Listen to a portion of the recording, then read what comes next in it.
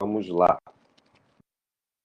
Bom, meus amigos, então hoje nós vamos dar início a esse estudo muito interessante, a exemplo do estudo da guarda, que nós já comentamos, se refere agora ao chamado estudo da adoção, tá?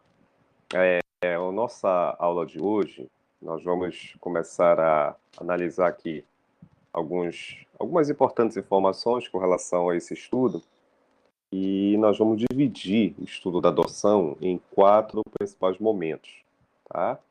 Em quatro etapas. Hoje, precisamente, eu vou comentar com os senhores, né, principalmente acerca de alguns conceitos, contextos históricos da adoção, né, como é que ela se citou no tempo. E para dar também para vocês um conceito doutrinário, né, com a doutrina majoritária, e alguns requisitos, tá? Lá no item número 3. Aí nas aulas subsequentes nós vamos falar ainda dos efeitos, modalidades, que já é na quinta-feira. E na outra semana a gente vai direcionar principalmente para a lei propriamente dita, a nova lei da adoção de 2017, que nós tivemos a ratificação agora da nova lei, que também trouxe algumas informações importantíssimas, tá? Juntamente com os comentários dessa lei, nós vamos também falar sobre o trâmite burocrático da adoção. Como é que a adoção lá se comporta atualmente, com base no novo CPC, tá? Isso já é matéria para a próxima semana. Pois bem, então vamos lá, o contexto histórico da adoção. Um breve contexto histórico, tá? Mas a gente precisa aqui dar umas informações. Eu queria logo iniciar direcionando os senhores para que a adoção, o verdadeiro significado, o sentido, né, da adoção lá na Idade Clássica, principalmente durante a Idade Antiga, tá? Aqui a luz deu uma piscadinha, mas está tudo bem. Era com a finalidade único e exclusivo de estar voltado para os interesses meramente religiosos, tá? Continua piscando. Então, a adoção, nesse sentido, durante esse pensamento clássico, ele estava tão somente voltado para atender à ideia de você dar perpetuidade e continuidade à família, tá? Então, qual era a verdadeira finalidade da adoção? Era para que os atos, né, intervivos continuassem a ser direcionados, continuassem a ser gerenciados perante aqueles determinados parentes vivos ali naquele contexto e que deveria perpetuar, que deveria de uma certa forma, a família continuar a crescer, né? Em termos de quantidade, principalmente de membros. Então, a adoção deveria voltar-se aos interesses dos ascendentes, tá? Principalmente para o comandante da família, que era o patriarca, o chefe maior, né? Quem deveria ditar todas as regras. Com influência principalmente da religiosidade, a adoção ela deveria estar atrelada a essa cultura tradicional de natureza religiosa para satisfazer o interesse principalmente desse patriarca. Tá? Quem deveria ditar essas normas da adoção era esse indivíduo. Tá? Até porque durante esse momento, como eu coloquei aqui nesse material, a adoção ela ainda estava sob a influência do direito canônico, né? Direito comandado, direcionado pela própria Igreja Católica, dentro das regras que somente deveria adotar aquela família devidamente sólida, previamente constituída, com bases em pensamentos e ideologias do cristianismo, tá? E aquele elemento que deveria adentrar naquele seio familiar deveria também estar direcionado a essa mesma realidade, voltado para esse mesmo contexto. Então, a influência da religião foi muito direcionada, incisiva, durante esse momento, né, que nós estamos falando da Idade Clássica, Antiga, até chegar na Idade Média, né, que ali na Idade Média vocês já até estudaram no passado, que era muito forte a influência da Igreja Católica. Tá? Então, as ordens do direito canônico, sem sombra de dúvida, deveriam ser direcionadas e perpetuadas dentro do estudo da adoção. Tá? Mas o que eu quero também que os senhores não esqueçam é que, paulatinamente, com o passar do tempo, com o surgimento de novos dogmas de outras religiões, esse direito canônico começava também a ser enfraquecido. À medida que ele também vinha a ser enfraquecido, paralelamente, tá? A adoção começava a ter uma nova interpretação, um novo viés, um novo direcionamento.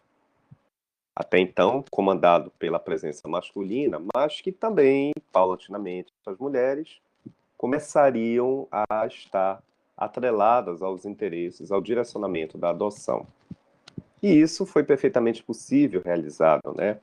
Principalmente para aquelas situações que eu coloco aqui, quando aquelas mulheres perderiam os seus filhos naturais, quer seja por fatores biológicos, quer seja por fatores provocados. Então, com a perda daquele ente querido, daquele filho biológico, a adoção ela deveria preencher esse vazio, deveria estar atrelado a esse determinado contexto, tá?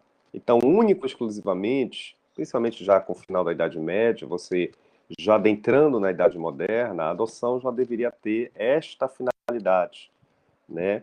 No caso propriamente dito, se fosse requisitada essa adoção pelas mulheres, para justamente direcionar para uma substituição, né, daqueles determinados filhos naturais, caso estes viessem a falecer, caso essa mulher viesse a perder sua prole natural. Então, a adoção deveria assumir esse compromisso de preencher esse vazio, tá? E até a certo ponto da mulher também adotar, que até então não era possível. Somente quem realizava isso era a presença masculina, tá? Já aqui na nossa legislação, meus amigos, isso é importante a gente não esquecer. Nosso Código 16, ele é inaugurado não só com a influência ainda do patriarcalismo, mas um código que deve estar atrelado aos interesses do adotante. É interessante a gente observar, né? Até então, o Brasil, né, estava voltado para uma atividade econômica lucrativa de natureza agrícola. Então, o patriarca, o coronel, quem gerenciava todas as ações, inclusive também continuaria a gerenciar o trâmite burocrático da adoção. Esta adoção ainda perpetuava os interesses dele, tá? Ou seja, na condição de adotante, que deveriam estar em primeiro lugar. E em segundo lugar, os interesses do adotado. Até porque vocês sabem muito bem que nós já discutimos isso, existiria, né, até então, aquela diferença, né, de filhos, né, você estipulava essa distinção entre incestuosos, adulterinos e a adoção. Mesmo o cidadão sendo adotado, ele também não gozava de todos os privilégios, né? Ele ainda estava também alheio a esse determinado certame. Quem detinha as ordens, quem estipulava todo o trâmite, ainda deveria estar voltado aos interesses desse adotante. Era ele a peça principal do procedimento, tá? Por questões de curiosidade, só para título de informação, o Código 16 ele trata a regra propriamente dita da adoção em 10 artigos, tá? Que até então tratava, que agora já estão revogados. Que até por curiosidade, depois, se vocês quiserem só observar, eram tratados do 368 até o 378, tá? 368 até o 378. Esses 10 artigos, ele muito direcionados, categóricos, incisivos, para atrelar o interesse, principalmente, do adotante, tá? Principalmente interesses esses de natureza, ordem econômico-patrimonial, tá? Mas, além disso, torna-se salutar que a gente observe como era justamente o trâmite da adoção, como eram esses requisitos que a adoção até então direcionava dentro da influência desse código anterior, tá? Era uma adoção que a priori deveria ser deferida para satisfazer o interesse dos casais, por exemplo, né, se um casal tivesse interesse em querer adotar, desde que esse casal comprovasse a sua esterilidade, ou seja, não tem condições de gerar prole natural, tá? Então, olha lá, a primeira providência que o código inaugura, né, dentro da regra desses dispositivos, com relação precisamente aos casais, poderia ser adotado, professor? Eles poderiam estar na condição de adotantes, o casal, sem dúvida, né? Principalmente, por exemplo, se estivessem casados, mas aí eles deveriam formalizar um comunicado para a via judicial competente, comprovando as suas próprias condições de estéreis, tá? Não tinham condições de procriar, de gerar prole de filhos consanguíneos. Então, isso era uma prova contundente que eles deveriam anexar aos autos, principalmente documentos, né, laudos periciais clínicos que atestassem essa condição da esterilidade. Aí sim o juiz, indubitavelmente, concederia a esses casais, concederia o direito à adoção. Tá? E isso o Código 16 ele trouxe, né, que até então ele inaugurou essa discussão da esterilidade, que hoje a gente sabe que é um grande absurdo, né? Não, isso é irrelevante para você atualmente proceder ao reconhecimento da adoção, tá? Por outro lado, eu coloco aqui também a título de conhecimento, quem é que poderia adotar, considerando a faixa etária? É somente o adotante, aquele que detivesse a sua faixa etária acima de 50 anos. Até curioso, né? É uma faixa etária que até então era considerada para aquela realidade que até então era vivenciada no contexto social, né, brasileiro durante aquele momento dos anos 20, 30, a expectativa de vida era muito baixa, né? Mas era uma garantia, principalmente aos interesses dele, tá? Porque se privilegiava principalmente os filhos biológicos, em detrimento dos naturais, que era a força maior. Existia a diferença entre filhos, né?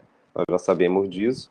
Mas se aquele indivíduo tivesse o interesse em querer adotar, bom, então, indubitavelmente, a primeira condição já era atestar a sua vivência, né? A sua comprovação etária, seu estágio vital, tá? Até porque partimos do entendimento que a altura do campeonato, né, gera um grande lucro chegar nessa faixa etária diante do contexto social, como já havia explicado anteriormente. Agora, também era muito difícil, né? Venhamos e convenhamos, um casal queria ainda ter filhos naturais, gerar prole natural, mesmo após essa faixa etária de 50 anos. Né? Ainda, atualmente, nós temos alguma dificuldade nesse sentido. Né? Mas o código, ele definia esta regra, tá? Para aqueles indivíduos que tivesse o propósito de querer estar na condição de adotantes, você, a priori, deveria obrigatoriamente ratificar essa questão da faixa etária. Tá? Felizes aqueles que, obviamente, assim atingissem, conseguissem chegar, tá? Em virtude da baixa expectativa de vida, né? Outra coisa que eu não posso deixar de não mencionar a vocês, meus amigos, é com relação à manutenção do vínculo de relação de parentesco entre o adotado com a sua família biológica natural. Isso é importante, por favor, vocês não esquecerem, tá? Título de curiosidade. Quer dizer o seguinte, professor, mesmo o indivíduo tendo chegado à condição de adotado, tendo sido ratificada a sua condição de adotado, mas mesmo assim, o senhor está dizendo para nós que não iria quebrar o vínculo de parentesco com a família anterior? Isso mesmo. O vínculo continuaria sendo mantido, tá, meus amigos? Mesmo depois ele tendo chegado à condição já de filho adotado. Então, seria, obviamente, a critério, né? Os laços de consanguinidade, até então no Código, quando inaugurou o Código 16, teoricamente você iria apresentar duas famílias, né? A família substituta e a família natural. Elas iriam ainda conviver, tá? Você, com a adoção, a priori, inicialmente, você não iria proporcionar essa quebra de vínculo de relação de parentesco, de consanguinidade, perpetuava. Tá? Então, você imagina, paramos para pensar todos aqui, você imagina os reflexos, principalmente no momento de você reconhecer um determinado direito simples, né, ou muitas das vezes um direito até complexo, uma alienação, um negócio jurídico, né, a título exemplificativo, por exemplo, uma herança, né? Então, tranquilamente, aquele indivíduo adotado ele iria se habilitar nas heranças da família vigente, né, a família substituta e a família biológica, indubitavelmente. Isso era o que era observado, tá? Porque a essência da família, do tradicionalismo, do contexto arcaico tradicional, perpetuava ainda durante esse momento, né? Aquela ideia de você ainda manter, né, todo o trâmite de ligação entre famílias, entre sentimentos, tá? Então, a adoção ela ainda inicia nesse aspecto, ela ainda mantém todo esse viés. Mesmo estando adotado, estou sob a influência de uma família, mas os direitos da família pretérita continua. O vínculo propriamente dito não será rompido. E isso durou muito tempo ainda, tá? Somente já nos anos 50, depois de 20, 30 anos depois, com a primeira lei oficial da adoção, que daqui a pouco eu já vou explicar, nós proporcionamos essa quebra desse vínculo de relações, de vínculos de parentesco, tá? Que depois eu vou mencionar com mais detalhes, tá? Então, nós não devemos esquecer que esse exercício do pátrio poder da adoção, até então era o pátrio poder, gerenciado somente pela presença masculina, era uma realidade que vivenciava ainda durante esse momento, tá?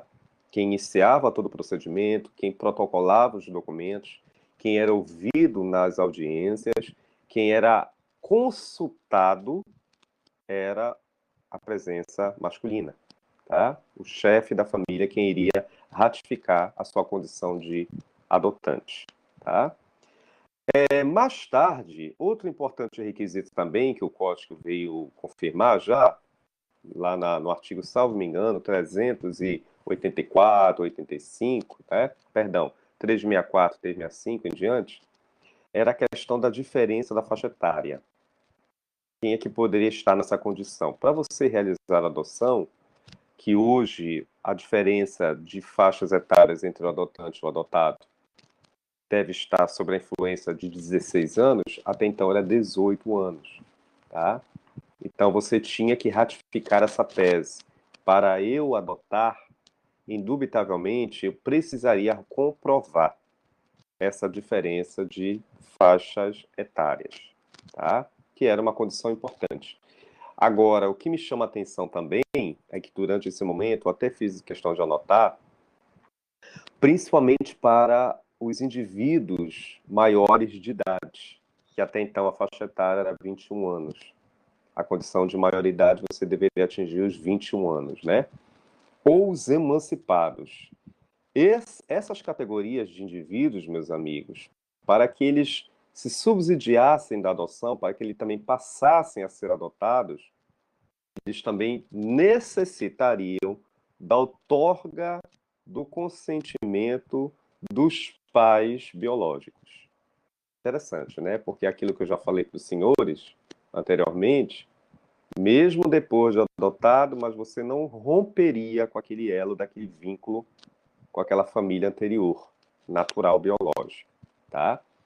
Inclusive, se estenderia essa permissão para adoção até para os maiores de idade, tá? E também aqueles que viessem a ser posteriormente emancipados. Precisaria da outorga do consentimento não só do genitor A, mas também do genitor B da família anterior, biológica, tá? Que atualmente nós já observamos que isso já quebrou por terra, né? Ao atingir a sua maioridade civil, você passou a o quê? A formalizar sua plena capacidade, tá?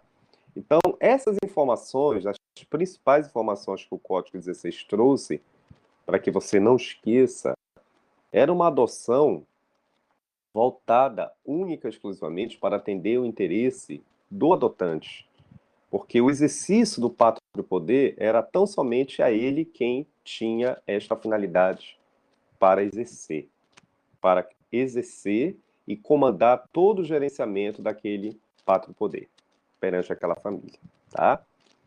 Agora, por favor, a primeira lei oficial da adoção, eu não coloquei no teu material, mas a título de curiosidade, seria importante, né, você não esquecer, que começa já a quebrar esses paradigmas do próprio Código 16, né?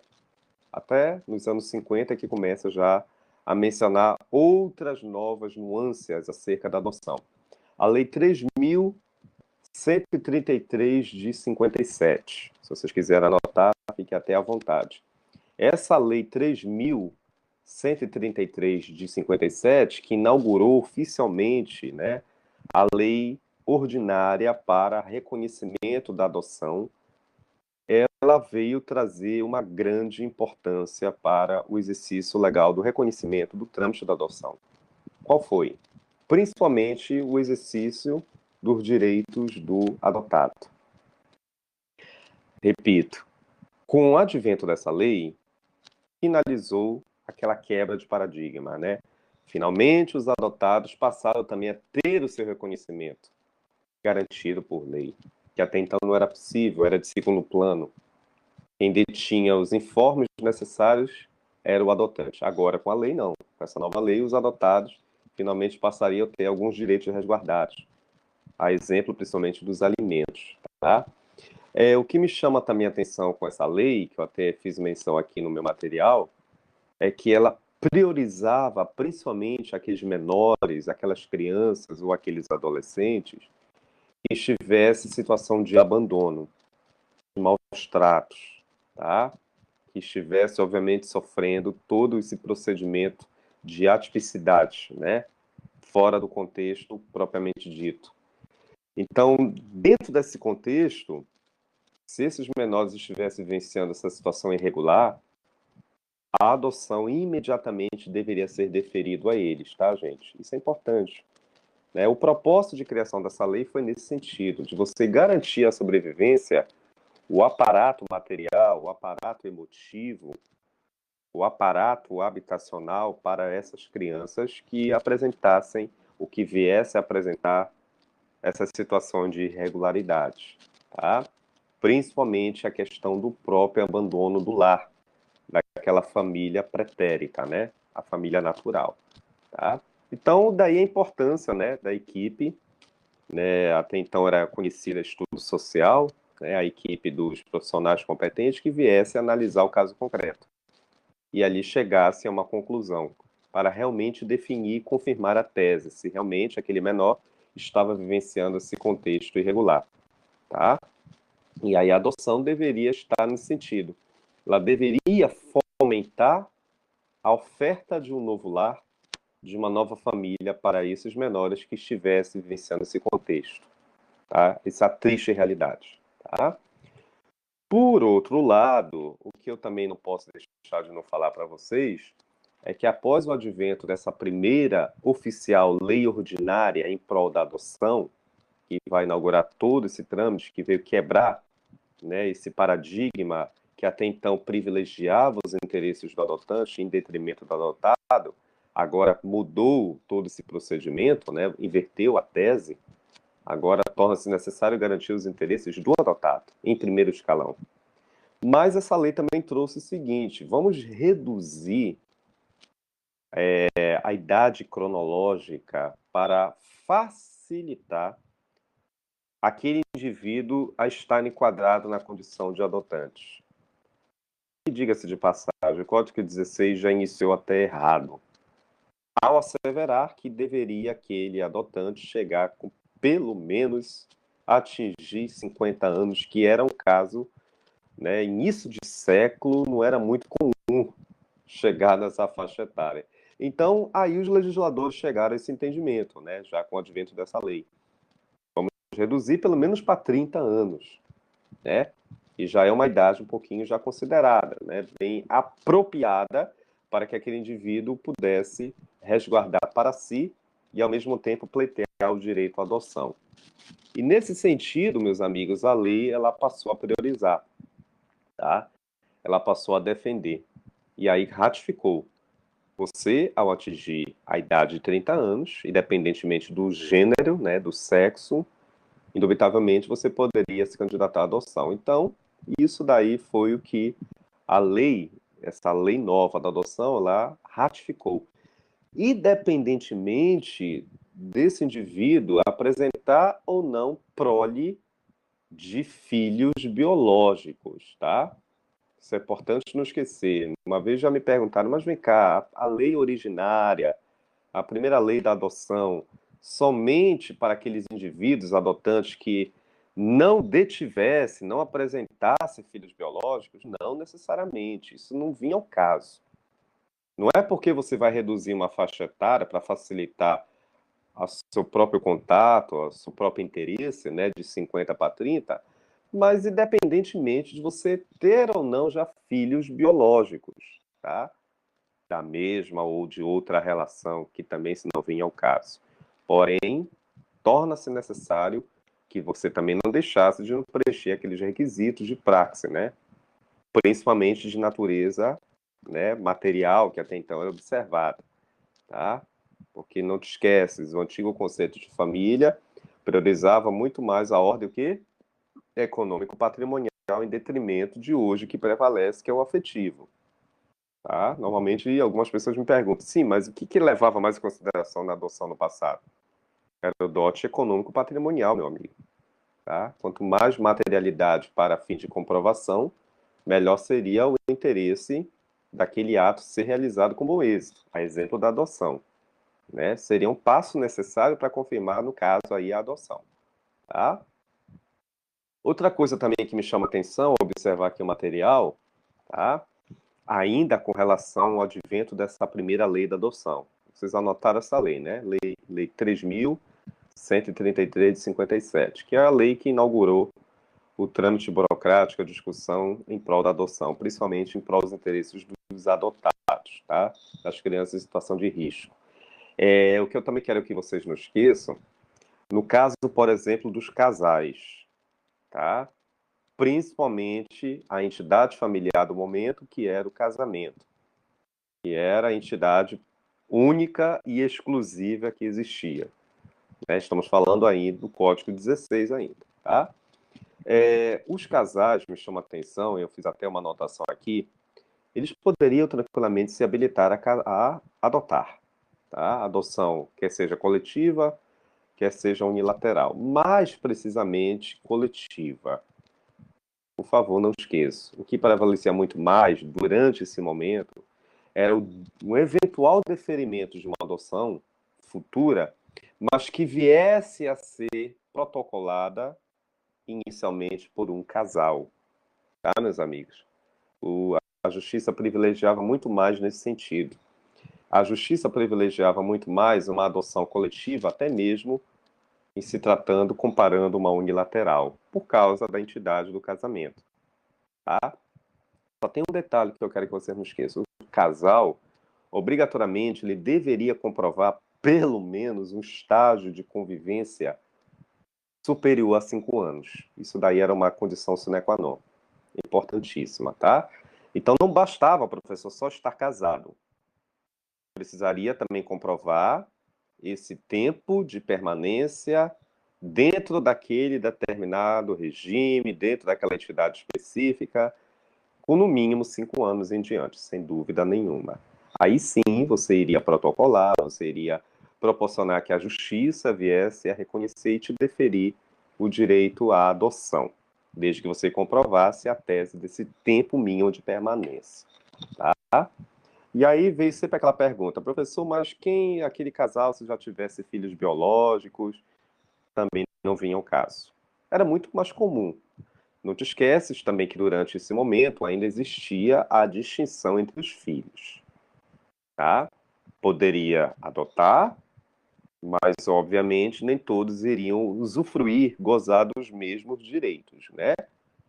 Existia a diferença, principalmente no momento de você resgatar, de reconhecer um direito específico pelo qual você estava pleiteando. No caso, por exemplo, da herança, dos alimentos, do direito ao usufruto dos bens e por aí afora.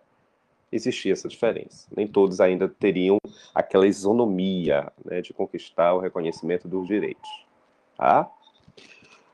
Outra coisa que me chama a atenção aqui, que eu coloquei também no material que eu estou observando, o menor, e principalmente aquele que já viesse a atingir a sua maioridade civil aos 21 anos, depois de atingir a sua maioridade civil, ele teria, ou ela, né, teria a opção, gente, eu acho interessante isso, teria a opção até de retroagir aos seus interesses.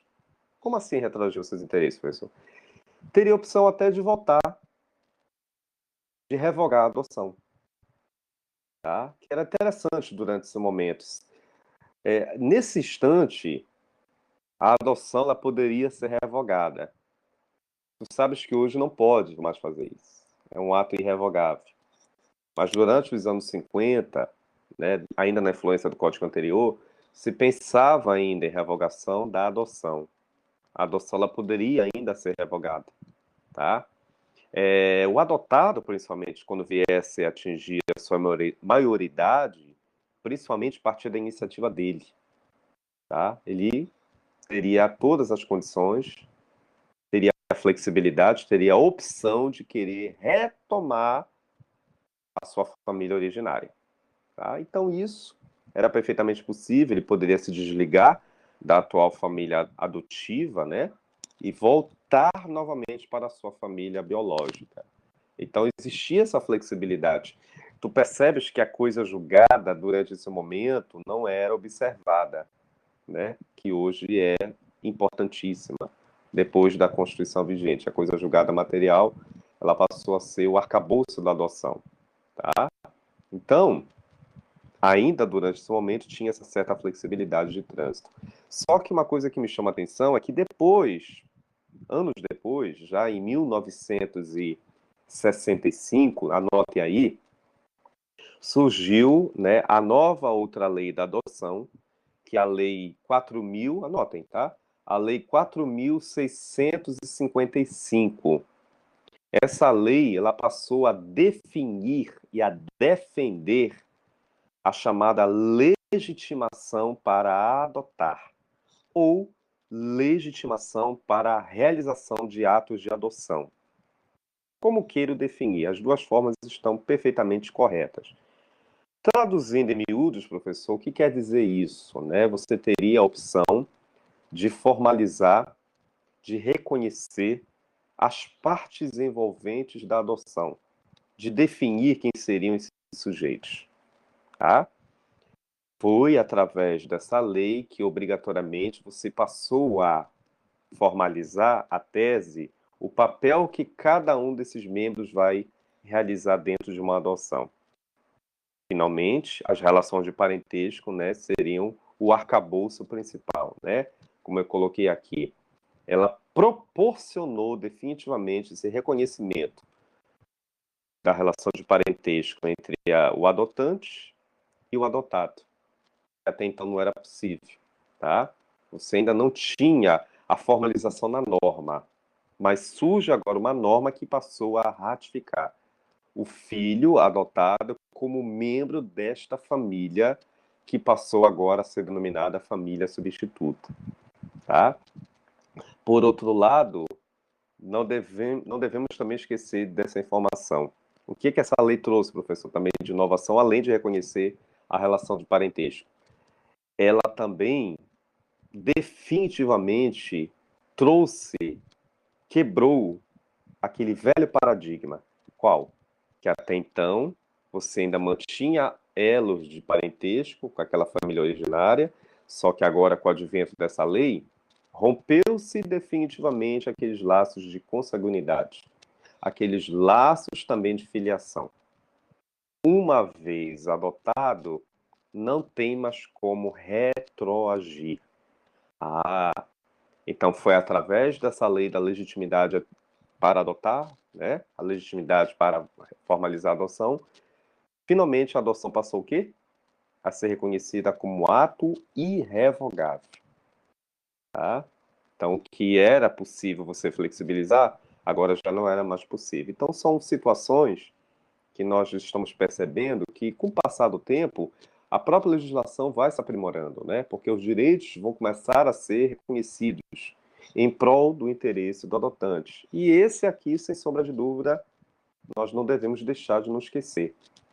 Você passou a ser um membro da família, afirmar definitivamente a sua relação de parentesco, principalmente com essa família substituta, e ao mesmo tempo você quebrar o elo de parentesco com aquela família pretérita, né? Com aquela família originária natural. Aí, uma vez adotado, não tem mais como retroagir, não tem mais como revogar, né? Aí eu já posso dizer que os efeitos da coisa julgada já começam também a ser analisados e deferidos definitivamente, tá? Só que a questão da chamada adoção plena, meus amigos, já veio também posteriormente, já nos anos 70, né? já em 1979, com o chamado Código dos Menores. Eu acho que vocês já devem ter ouvido falar, né? A importância do Código dos Menores, né? Por quê, professor? Esse Código de Menores agora definitivamente não vai mais estipular diferença entre filiação. Começou a defender essa tese, né? Não deve mais haver diferença de filiação entre filho biológico e filho adotado. Todos, obviamente, ali passaram, né, a essa condição de filhos. Só que só tem um detalhe. O Código de Menores, que passou a formalizar os direitos do adotado, passou a definir melhor esses direitos, só que ainda restringia tais direitos, reconhecia tais direitos, somente para aqueles indivíduos, para aquelas crianças que ainda estivessem vivenciando uma situação de risco. Há muito tempo atrás, caiu até uma questão dessa, não me lembro se foi no concurso daqui, mas aí foi numa discursiva, né? E aí o examinador perguntou qual a importância do Código de Menores para o estudo da adoção. Aí o candidato tinha que dizer, né? Não, após o advento do Código de Menores, definitivamente quebrou aquele velho paradigma de estipular diferenciação entre filhos, entre filiação biológica e adotiva. Só que, ao mesmo tempo, você não tinha que deixar de não mencionar que este privilégio, esses direitos, meus amigos, deveriam somente estar voltados para aqueles casos de crianças ainda em situação de risco, de abandono. Ainda restringia. Já foi um avanço, por um outro lado, reconhecer os direitos? Sim. Mas você ainda estipulava diferenciações de categorias. Não era toda a criança que iria usufruir da proteção direito a um lar, a uma família substituta, a um alimento, né? Ao uso do prenome da família. Não, não. Somente aqueles que realmente comprovassem essa situação atípica, excepcional. Daí a crítica, né? Na verdade, não deixa de ser uma crítica ainda, mesmo que esse código viesse apresentar uma formalização, um reconhecimento das famílias substitutas, mas ainda restringia somente para esses determinados indivíduos vivenciando esse contexto. Então, ainda não tinha os 100% garantido, podemos dizer assim, em se tratando de direitos da adoção. Mas aí a resposta você já sabe, né? Quando é que quebrou esse paradigma definitivo, professor? Estendeu para além de situação de risco? É claro que foi com a nossa vigente Constituição. Isso daí é fato notório, né? A nossa vigente Constituição, né, a Constituição de 88, já veio pôr em prática, definir por completo, quebrar os velhos paradigmas, dentre os quais estava esse daí, a situação de risco, e generalizou o exercício do direito da adoção, definido e a definir o seu verdadeiro propósito, tá? Até porque, você já sabe, você estudou comigo, lá na redação do artigo 227, parágrafo 6º. Professor, é tanto artigo? Realmente, ninguém aqui está para gravar, mas a gente tem que relembrar a importância, principalmente, desse dispositivo, né? Porque ele reconheceu o direito não só da adoção, mas também, por fim, a diferença de filiações. Não podemos mais fazer nenhuma diferença. Muito embora já tenha iniciado, né, até pela primeira legislação de 65, a legitimação, o próprio Código de Menores, mas ainda restringia para categorias de indivíduos. Com a Constituição, não. A Constituição vigente agora ampliou. Independentemente de você estar vivenciando uma situação de risco, não pode mais haver diferença entre filhos. Até porque aquelas velhas nomenclaturas, a Constituição vigente pôs fim. Né? Nós não podemos mais falar de filhos espúrios, adulterinos e incestuosos. Todos passaram o quê? A usufruir do raciocínio da legitimação. Né? Todos são legítimos, todos têm proteção garantida pela norma. Tá? Então, esse é um grande avanço, meus amigos. Você imagina que você iria definir direitos somente para certas categorias de sujeitos. Quer dizer que aquele indivíduo que estava tentando pleitear um lar, uma nova vivência, um novo contexto, se não estivesse vivenciando, até antes da Constituição de 88, se não tivesse estado numa condição de excepcionalidade, né, caráter, urgência de risco, eu não teria nenhum direito a obter a essa adoção. Mas a Constituição ela veio quebrar isso, tá?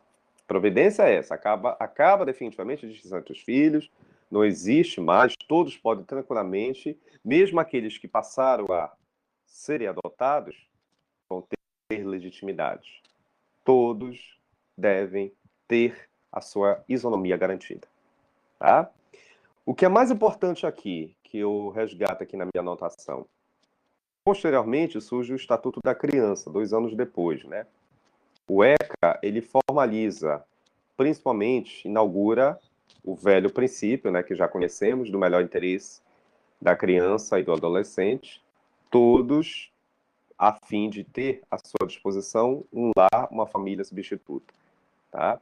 Já a partir do artigo 10 em diante, esses direitos já passam a ser formalizados, definidos, e aí a gente sacramenta definitivamente, inclusive para a adoção, né? O resgate desses direitos reconhecidos. Então, onde eu quero chegar? Dentro desse breve panorama histórico, nós tivemos duas realidades impostas, né? De um lado, a realidade imposta para satisfazer os interesses do adotante, resgatados pelo Código 16, e de outra, realidade imposta pela nossa vigente Constituição, que já veio quebrar todo esse vínculo, né? Não, o que deve privilegiar é o melhor interesse da criança, é do adotado, é deles pelas quais a adoção deve iniciar a sua discussão burocrática e definir todos os seus direitos e reconhecimento. Tá? É o que hoje nós temos, considerando o princípio lá do 227, parágrafo 6º, né? Mas aí, diante desse contexto histórico, dessa breve abordagem que eu fiz aqui para vocês, eu desenhei um pequeno percurso da adoção, tá? Eu também trago aí no material de vocês o conceito da adoção. O que é realmente uma adoção, né, professor? São vários conceitos, né, meus amigos? Na verdade, a gente fica até meia-noite aqui mencionando os conceitos distintos de adoção. Só que a gente não pode esquecer, dentre esses conceitos, né, a verdadeira essência da adoção. O que ela realmente traz como propósito? O que realmente ela difere da guarda? Muitos alunos até perguntam, professor, tem muita diferença? Tem. A guarda você está associando a uma proteção, ao dever de custódia, sem haver necessidade de você quebrar um vínculo de filiação, né, de parentesco, tá? Não te esqueças que com a guarda, você, a partir do momento que já apresenta, já discutimos isso na aula passada, né, após análise judicial, você vai ter esse papel de guardião para fins de garantir esta sobrevivência material, emotiva, moral, intelectual, por aí afora, perante aquele seu determinado guardião, tá? Normalmente, teoricamente, até os 18 anos, né? Porque aí finaliza o exercício dessa guarda, tá? A adoção, não. A adoção, você não só vai garantir uma proteção, mas você também vai reconhecer o advento desta nova família que está por vir, né? É a chamada família substituta, nova família, tá? Por que o senhor fala está por vir? Porque antes da gente sacramentar a adoção, chegar a essa sacramentação, nós vamos ter que perpassar por toda uma solenidade de efeitos jurídicos, toda uma tramitação burocrática, né? Dentro do que se propõe o devido processo legal. A regra é muito simples, não existe nenhum trâmite de adoção que não seja através do perpasse da via judicial competente, tá? Então eu posso te dizer que o verdadeiro conceito da adoção, eu até faço menção aqui, por exemplo, vários autores, mas o professor Orlando Gomes a gente não pode deixar de não mencionar, né? O clássico do professor Orlando Gomes. Ele é muito direto. Na verdade, todos os contemporâneos, a maioria subsidiou desse conceito dele. Você está trabalhando aqui com um negócio jurídico. precisamente com um ato jurídico perfeito, tá? Finalidade é você reconhecer um vínculo de filiação, quebrando o anterior, inaugurando um novo, formalizando o reconhecimento de novos direitos, aprimorando novos conceitos, exercendo também novos deveres, tá?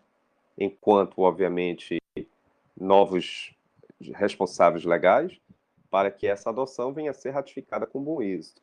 Mas não podemos descartar a solenização. Isso é bem interessante o conceito do professor Orlando Gomes, né?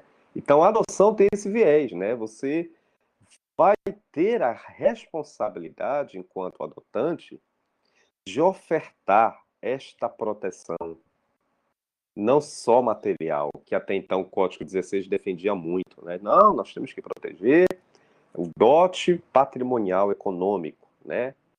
Não, hoje não é mais nesse sentido. A proteção ela é muito sui generis. Você também tem que adentrar, principalmente, na proteção principal hoje, é a afetiva. Não existe, meus amigos, deferimento de adoção sem que esta base afetiva esteja sólida, esteja muito bem aprimorada e definida, e estudada e analisada, tá? A exemplo da guarda, que nós estudamos na aula passada, a adoção também, indubitavelmente, vai necessitar da ratificação desses elementos, tá? Dentre os quais o principal deles é a afetividade. Tem que estar muito bem claro e definido, tá? Mas isso daí é importante vocês nunca esquecerem, né? Que normalmente muitos perguntam, o que faz definir, diferenciar uma guarda para uma adoção? E aí eu vou justamente direcionar nesse raciocínio. É que a guarda, você não quebra o elo de parentesco, o vínculo entre seios familiares, tá? Você está ali momentaneamente, posso dizer até esse termo momentaneamente, gerenciando o exercício, um atributo específico, direito à sobrevivência, direito à habitação, ao lar, né? Direito à afetividade, direito aos alimentos como um todo. Na guarda nesse sentido. Agora, na adoção, não. Você avança na adoção. Você vai atribuir a um sujeito novo, eu coloco a palavra nova, porque esse sujeito, ele adveio de uma outra família, né? Com outros pensamentos, outros costumes, podemos dizer assim, mas que ele vai passar a adentrar na tua família, que também vai assimilar um novo envolvimento de efeitos jurídicos, tá? E aí é claro, né, que entra o verdadeiro vínculo da adoção, de você reconhecer daqui para frente, efeito ex nunc, né, essa nova família propriamente dita, quebrando aquele elo com aquela anterior família, tá? Então, dentro desse sentido, esses valores, a afetividade, eles não podem ser descartados para reconhecimento da adoção, tá? Por outro lado, meus amigos, eu também trago aqui para vocês alguns requisitos, regra exemplificativa. Para quem está acompanhando o meu roteiro, eu estou agora no item 3, tá? E aí vocês estão anotando aí as informações. Olha, esses requisitos eu trago de uma regra exemplificativa, mas com embasamento, não só no Código vigente, Código Civil, como também na Constituição e também no Estatuto, no ECA, tá? Que é importante vocês não esquecerem, por favor. A gente tem que direcionar para onde nós estamos analisando, tá? Então, os requisitos, eles estão com base nessas legislações. Por favor, é uma regra exemplificativa, tá? São os principais requisitos que a gente discute atualmente. O principal deles, o que trouxe de inovação, professor? Nós reduzimos, né, a diferença da faixa etária para proceder ao reconhecimento de uma adoção. Anotem aí.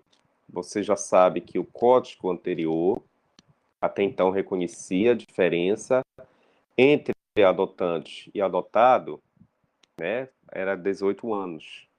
E hoje nós passamos a reduzir para 16 anos.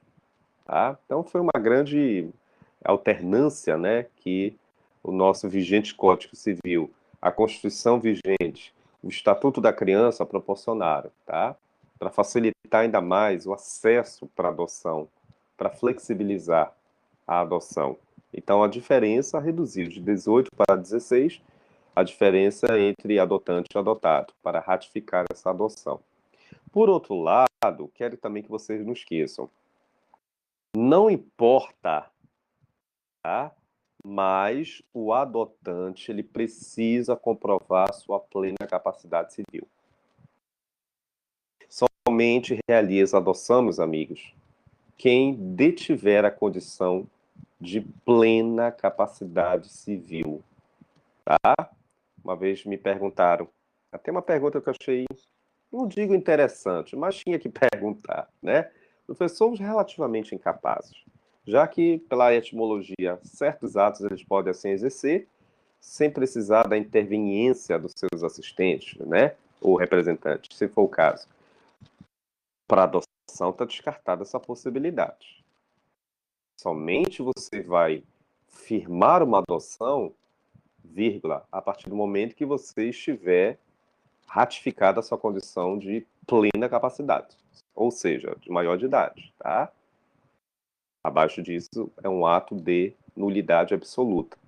Não existe realização de deferimento de adoção para adotantes que ainda não atingiram a sua maioridade civil.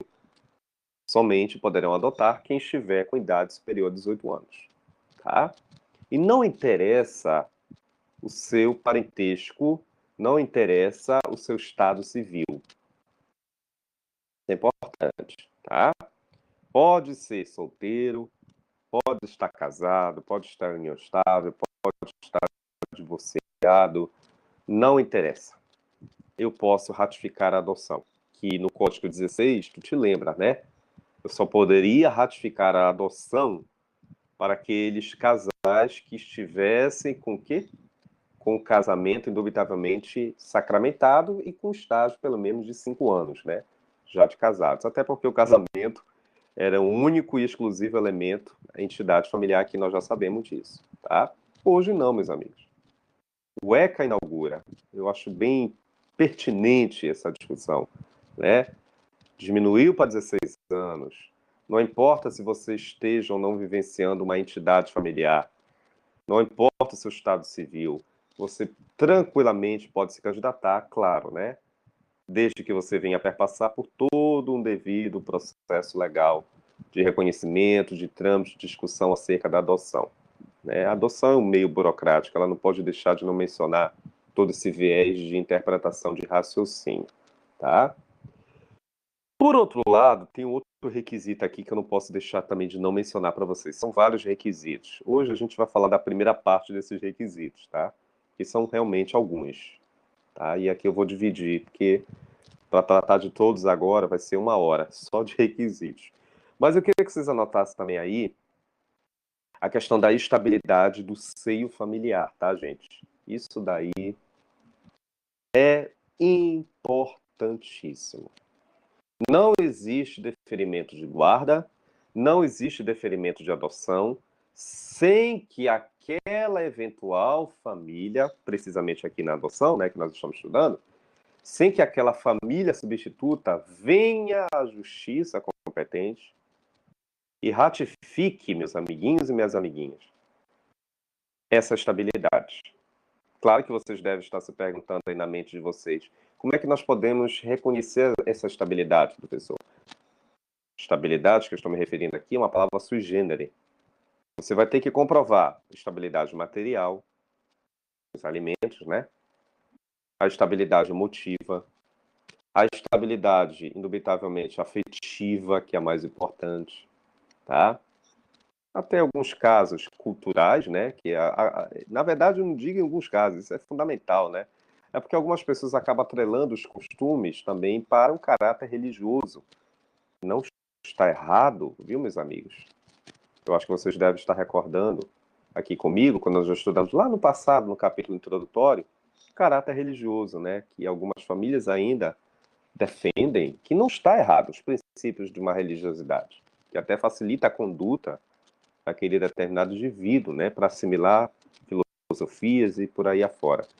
Então, essa estabilidade, ela precisa ser analisada ratificada e comprovada principalmente pela equipe interdisciplinar, profissional competente que vai fomentar toda essa análise, né, que vai participar do trâmite burocrático do chamado processo da adoção, que também logo logo vamos comentar. Então isso, sem você não informar, se você realmente não tiver como apresentar essa estabilidade, não tem como ser deferida essa adoção. Tá? O que acontece muito, infelizmente. Muitas das vezes há uma quebra dessa estabilidade até durante o momento do chamado estágio de convivência do adotante para com seu adotado. Uma vez me perguntaram, professor, se uma vez comprovado esse desequilíbrio, essa falta de estabilidade, e aí? É claro que vai haver uma não ratificação, né? Não tem como esse estágio de convivência ser reconhecido pela via judicial competente e a decisão ela vai ser negativa, né, gente? Tá?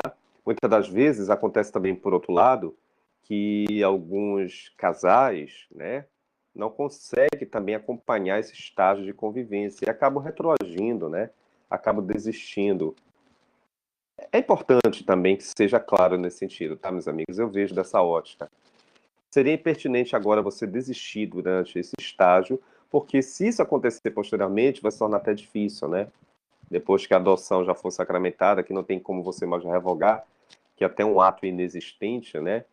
E se realmente isso acontecer, que a gente verifica até casos inusitados de casais que indubitavelmente acabam retroagindo depois de uma adoção, isso daí não pode nunca acontecer, tá? Então, tudo isso é com base nesse critério de estabilidade familiar que deverá ser ratificada, comprovada durante o contexto da adoção, o trâmite do processo da adoção. E a tarefa, claro, né?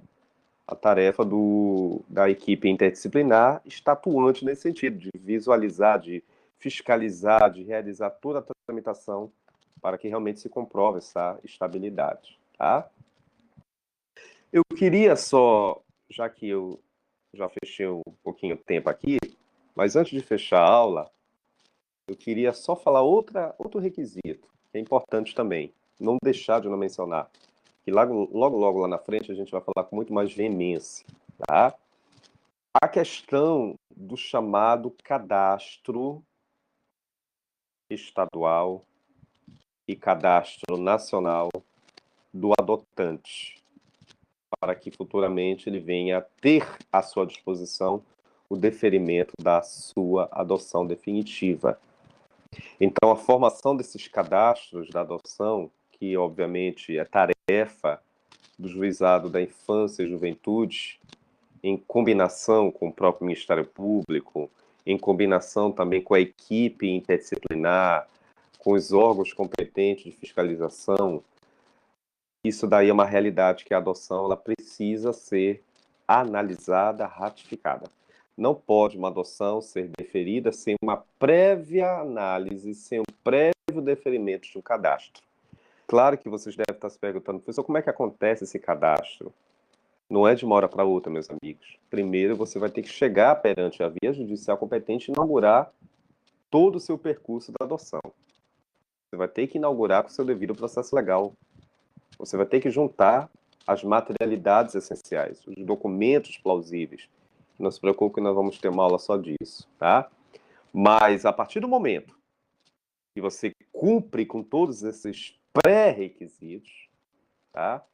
Com essas informações inaugurais, indubitavelmente, o judiciário, o juizado da infância e juventude, para casos de crianças e adolescentes de 0 até 17 anos, né?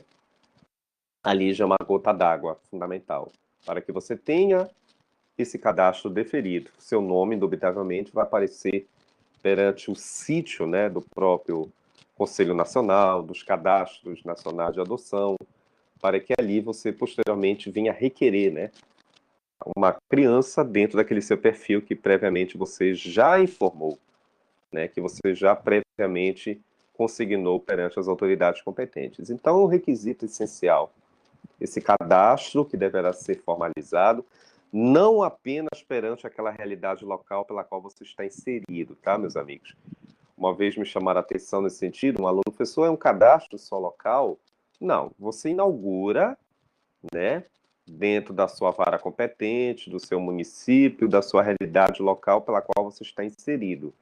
Mas daqui a pouco você vai espraiar para nível nacional, a partir do momento que o juízo competente reconhecer, né, todos aqueles atos previamente realizados, deferiu, né, foi feito de uma forma transparente, e aí sim o juiz ele vai direcionar para que o seu nome também esteja cadastrado para outros determinados institutos, né, outros determinados sites do judiciário, né, entidades, né, antigos, entre aspas, orfanatos, que é uma nomenclatura já em desuso, que hoje são abrigos, para que ali venha definir a sua futura criança, dentro daquele seu perfil que você previamente já elegeu, tá?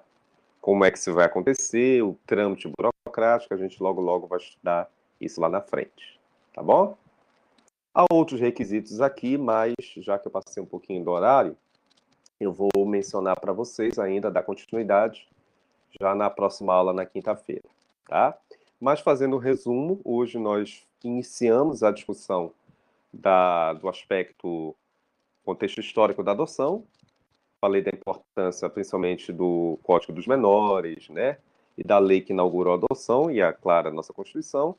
E aí depois eu adentrei no conceito hoje majoritário da adoção, falando justamente desse propósito de formar uma nova família, de romper um elo de ligação com a família anterior natural, né? E eu iniciei aqui com alguns requisitos, que é uma regra exemplificativa para a gente ter à nossa disposição uma adoção ratificada, tá? E aí na quinta-feira a gente continua com o estudo desses requisitos e aí a gente dá continuidade ao nosso estudo, tá bom, gente? Espero que tenham gostado, agradeço aos que estiveram aqui hoje, tá? Meu muito obrigado. Mais tarde eu vou disponibilizar nossa aula de hoje na plataforma, mais tardar até amanhã, eu nunca às vezes cumpro, né, com esse meu mais tarde, na medida do possível, mas vocês vão ter depois a aula disponibilizada lá na plataforma. Eu espero vocês nesse mesmo horário na quinta, tá? Não faltem, porque a gente está falando processo da adoção.